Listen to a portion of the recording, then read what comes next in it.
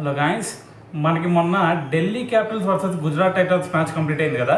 So ఈ మ్యాచ్లో చూసుకుంటే మొత్తం కూడా 3 రికార్డులు బద్దలైనవి అని చెప్పాలి. సో అవేంటి అంటే మనకి ఆ రికార్డులు కూడా కేవలం వీళ్ళ ఓపెనర్స్ మాత్రమే క్రియేట్ చేశారు.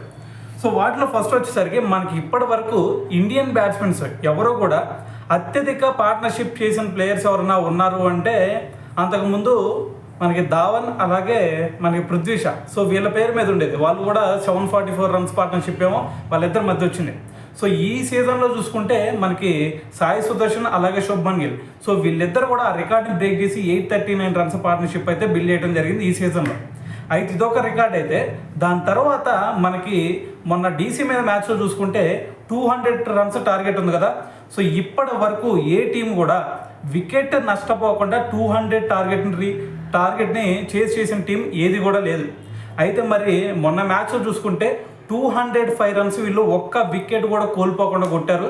సో దీంతో మరి మనకి అంతకుముందు చూసుకుంటే ఇది 175 రన్స్ ఆ రికార్డ్ వచ్చేసరికి కేకేఆర్ పేరు మీద ఉండేది. వాళ్ళు 2017లో మరి అంతకుముందు గుజరాత్ లయన్స్ ఆ టీం మీద 175 రన్స్ ఒక్క వికెట్ కూడా కోల్పోకుండా ఆ టార్గెట్ని చేశారు.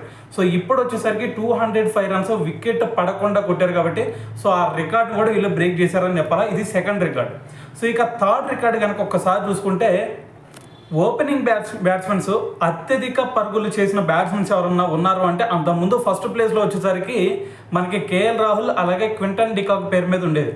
సో కానీ మరి లాస్ట్ సీజన్లో చూసుకుంటే వీళ్ళిద్దరు శుభ్మన్ గిల్ అలాగే సాయి సుదర్శన్, సో వీళ్ళిద్దరు చూసుకుంటే 210 రన్స్ చేశారు. సో మరి మొన్న మ్యాచ్లో చూసుకుంటే సో మరి 205 రన్స్తో అయితే మరి మళ్ళీ థర్డ్ ప్లేస్లో నిలవడం జరిగింది.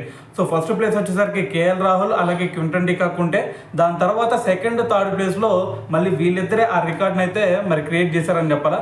సో ఏదైనా సరే మన జీటీ వర్సెస్ డీసీ మ్యాచ్లో సో మరి 3 రికార్డులు అయితే ఇవన్నమాట. సో ఏదైనా సరే మరి దీని గురించి మరి మీరేమనుకుంటున్నారు అనేది కింద కామెంట్ చేయండి.